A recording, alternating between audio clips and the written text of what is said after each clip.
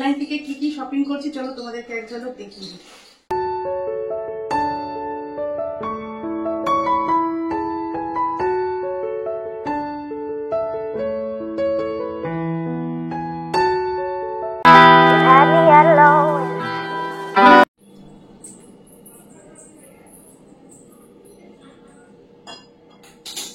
Hello everyone, good morning. তোমরা সবাই কেমন আছো? আশা করি খুব ভালো আছো, সুস্থ আছো। আমরাও ভালো আছি। দেবনাথ ফ্যামিলিতে তোমাদের আরেকবার স্বাগত।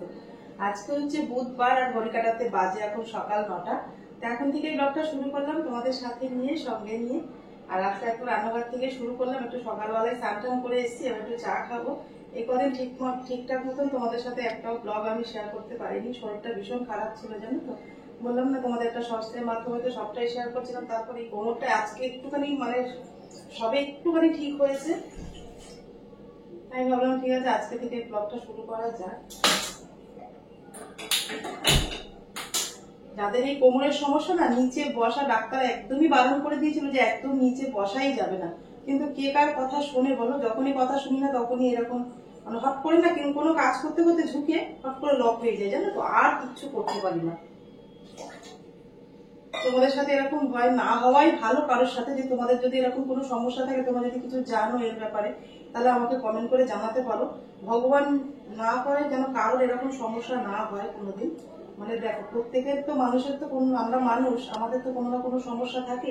সেইভাবেই কিন্তু তোমাদের জিজ্ঞেস করি, তোমরা যদি কোনো উপায় জানো তাহলে আমাকে অবশ্যই কমেন্ট করে জানিও। এটা নিচে বসে কাজ করলে এই সমস্যা, জানো তো। কিন্তু এই ঠাকুরের স্নান করানো, পুজোয় যখন বসি না, মনেই থাকে না যে আমাকে ডাক্তার বারণ করেছে, কথাই শুনি না, জানো। এবার থেকে ভেবেছি আর নিচে বসে কিচ্ছু করব না, যা হয় ওখানে দাঁড়িয়ে দাঁড়িয়ে না খুলে বসে করবো। তাও কি ব্যথা কোমরের, একদম সোজা হওয়া যায় না, বসা যায় না, খুব কষ্ট। বিছনায় শুয়ে থাকলে তখনই বোঝা যায় যে কি যে ব্যথা। খাট থেকে একদম নামতেই পারবে না, সে হামাগুড়ি দিয়ে নামতে হয়, জানো তো। এমনই পরিস্থিতি হয়েছে দুদিন আমার, খুব কষ্ট। আজকে একটুখানি ঠিকঠাক মতো দাঁড়াতে পারছি। আর জন্য ভাবলাম ঠিক আছে আজকে একটু শরীরটা তো আগে কালকে ভীষণ খারাপ ছিল, ওই জন্য কালকে আর কিছু করতেই পারিনি, জানো তো। একটু চা বসিয়ে দিচ্ছি, চা খাবার। অনলাইন থেকে আমি কি কি শপিং করেছি তোমাদেরকে দেখাই। অনেক কিছু অ্যাড টু কার্ট করে রেখেছি, সেগুলো আস্তে আস্তে করছি। বুঝতেই তো পারছি একসাথে সবকিছু করে দিলে সমস্যা হয়ে যায়।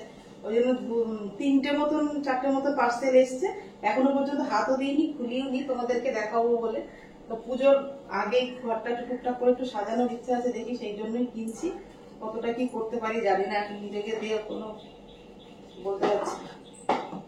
চা বসিয়ে দে, চাটা খেয়ে নি, তারপর তোমাদেরকে দেখাবো। তারপরে কি কি রান্না করবো না করবো সবটাই তোমাদের সাথে শেয়ার। সকালেই চাটা না একা খেতে একদম ইচ্ছা করে না, কিন্তু ছেলে তো কদিন বাড়ি ছিল, এখন আবার নতুন জিমে জয়েন করেছে বলে ও তো সকালে একদমই বাড়ি থাকতে পারে না। চা খেতে খেতে মা ছেলের মধ্যে অনেক রকমের গল্প হয়ে যায়। ও নতুন জিমে জয়েন করেছে, সেখানকার অনেক গল্প আমি আমার মতন গল্পগুলো শেয়ার করি ওর সাথে।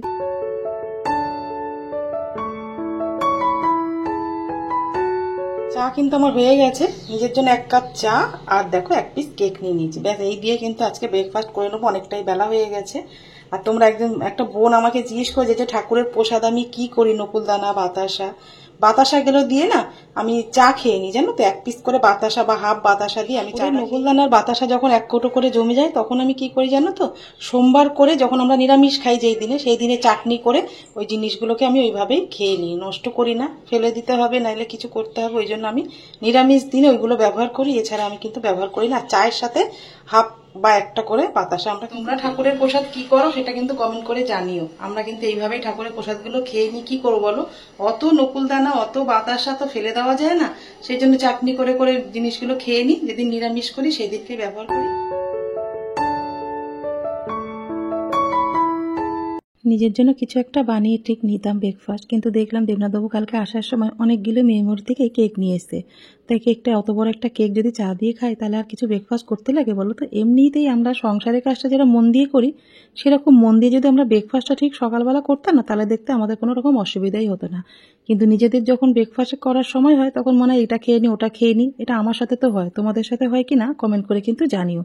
সবার জন্য যখন বানাই, সবাইকে খেতে দিই, তখন তার ফাঁকে নিজেরও কিন্তু ব্রেকফাস্টটা ঠিক সময় মতন হয়ে যায়। একার জন্য আর কিছু করতেও ইচ্ছা করে না, খুবই আলস্য লাগে। তো চলো কি কি কেনাকাটা করছি তোমাদের সাথে সবটাই শেয়ার করবো। তো চলো ব্লগটা দেখতে থাকো।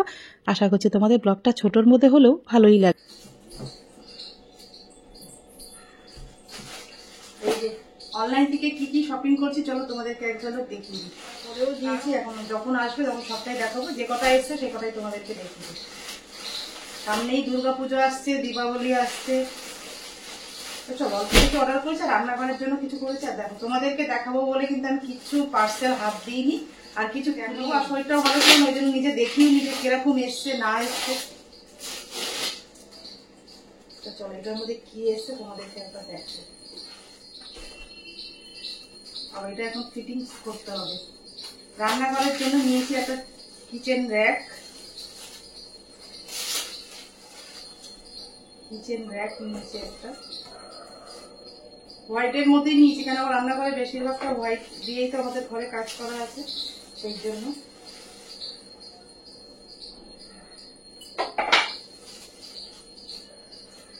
এগুলো এখন ফিটিংস করতে হবে, কি করে করতে হবে আমি জানি না, দেখে দেখে করতে হবে।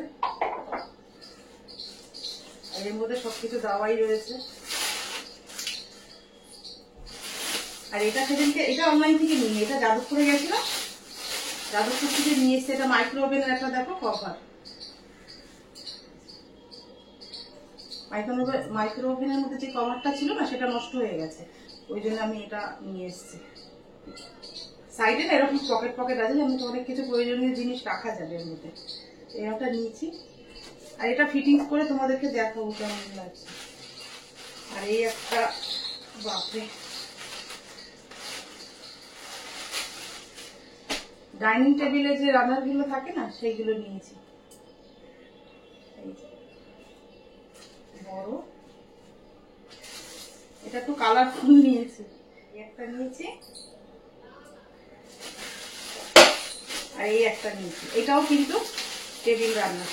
এগুলো নতুন একদম মিশো থেকে, আমি কিন্তু সবকিছু মিশো থেকেই নিয়েছি। মিশোতে না দামটা ঠিকঠাক থাকে, আর জিনিসটা মোটামুটি ভালোই আসে, খারাপ খুব একটা আসে না। এই একটা টেবিল রান্নার যেগুলো থাকে না লম্বা করে মাঝখানে দেওয়ার জন্য, আর টেবিল ব্যাগ গুলো অর্ডার করে দিয়েছি, ওগুলো আসতে একটু সময় লাগবে।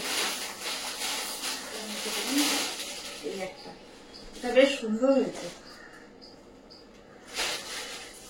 বড় আছে জানো তো, টেবিল রান্নার গুলো খুব বড় আছে। কেমন লাগছে এটা কমেন্ট করে জানিও। ওটা দীপাবলিতে সাজানোর জন্য নিয়েছি।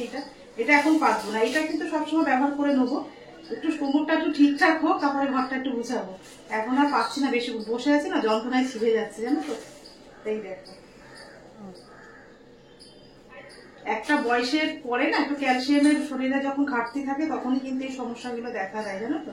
ডাক্তার তো আমাকে ক্যালসিয়াম ওষুধ লিখে দিয়েছে, কালকেই দেবনাথবাবু নিয়ে এসছে, ওটা খাওয়া, মানে কালকে থেকে খাওয়া সবে শুরু করেছি।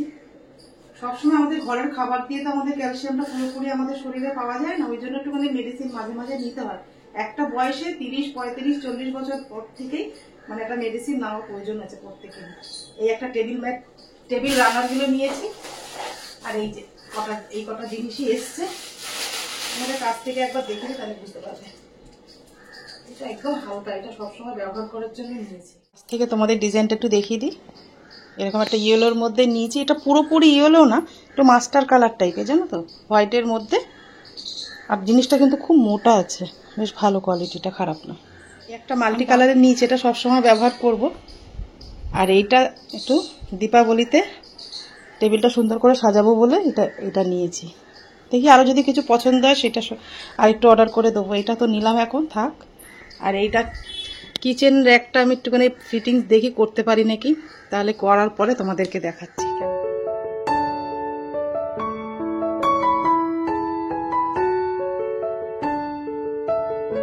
যা যা কেনাকাটা করে সবটাই তোমাদেরকে দেখালাম। দেখানোর পরে ওগুলো গুছিয়ে গেছি, আসতে রান্নাঘরে অনেকটাই বেলা হয়ে গেল। আর আজকে তোমাদের সাথে দারুণ একটা রেসিপি শেয়ার করবো। রেসিপিটা দেখার পরে তোমরাই জানিও যে রেসিপিটা একদম নতুন না তোমরা এর আগে অনেকবার খেয়েছো। তা চলো, এই যে ওল দিয়ে কিন্তু আজকে একটা নতুন রেসিপি তোমাদের সাথে শেয়ার করবো। সমস্ত কিছু এখানে গুছিয়ে নিয়েছি। এটা নিরামিষ বানাবো, নিরামিষও বানাতে পারো, নিরামিষ বানাবো না, নিরামিষও বানাতে পারো, বা তোমরা চিংড়ি মাছ দিয়েও বানাতে পারো। আমি দেখছি দেবনাথবাবু তো আজকে বাজার পাঠানোর কথা আছে, তা চিংড়ি মাছ যদি পাঠায় তাহলে চিংড়ি মাছ দিয়ে তোমাদের শেয়ার করবো, আর একদিন তোমাদের সাথে নিরামিষ শেয়ার করবো। মানে মশলাটা তো একই থাকবে, শুধু তোমাদের চিংড়ি মাছটা বদলে দিলেই হয়ে যাবে। তা চলো, ওল দিয়ে কিন্তু একটা দারুণ রেসিপি শেয়ার করবো। ওল দিয়ে যেটা রান্না করবো, ওলের ঘন্ট বানাবো। তা ওল তো লাগবেই, তা ওলটা এরকম নিয়ে নিয়েছি, এটাকে ছাড়াতে হবে। আর এতক্ষণ আলুও নিয়ে নিয়েছি, আলুটা আগে কেটে নিই। বেশি বড় করবো না, ছোট ছোট করে করবো। এইরকম, এই যেরকম ডুমু ডুমু করে, যেরকম আমরা বাঁধাকপির ঘন্টতে আলু দিই সেইভাবেই কিন্তু আলুগুলো কাটবো।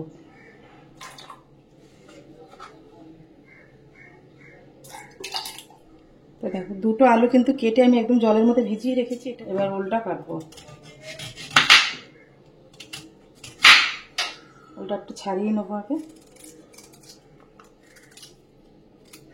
চলো, ওলগুলো সব ছাড়িয়ে, ওলগুলো কিন্তু আমি গোটা ধুয়ে নেবো আগে।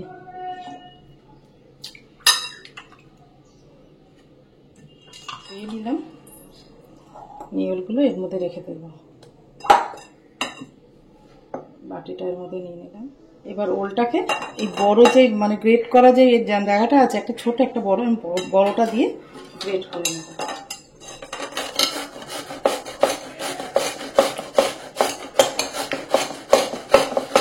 এই দেখো, এরকম করে প্রতিটা ওল আমি কিন্তু মানে যেটুকু রান্না করব সেগুলো কিন্তু আমি এই করে গ্রেট করে নেব। তো চলো,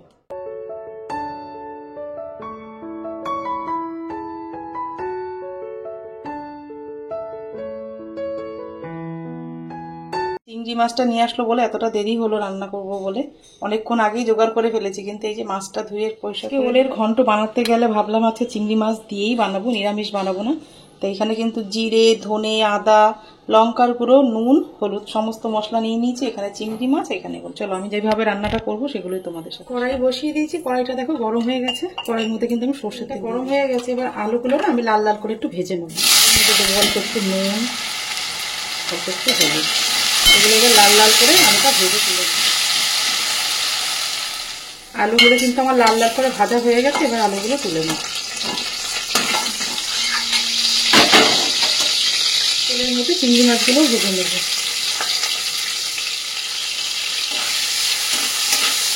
চিংড়ি মাছগুলো ভেজে নিয়ে রান্নাটা বসাবো। নুনও দিয়ে দিলাম। এবার লাল লাল করে চিংড়ি মাছগুলো ভাজা হয়ে গেছে, এগুলো এবার তুলে নেব। আলুর সাথে রেখে দিলাম একসাথে। এই তেলের মধ্যে আরেকটু তেল দিয়ে দেবো। তেলের মধ্যে দিলাম তেজপাতা, শুকনো লঙ্কা, গোটা সাদা জিরে। এই মশলাগুলো, তেজপাতা, শুকনো লঙ্কা, গোটা জিরে ভাজা ভাজা হয়ে গেছে। এইবার দেখো গুঁড়ো মশলাগুলো যেগুলো নিয়েছিলাম, জিরে, ধনে, লঙ্কার গুঁড়ো, হলুদ, নুন আর আদা মানে গ্রেট করে রেখেছি আদাটাকে। এবার জল দিয়ে মশলাটাকে ভালো করে গুলে নেবো, তেলের মধ্যে দিয়ে দেবো।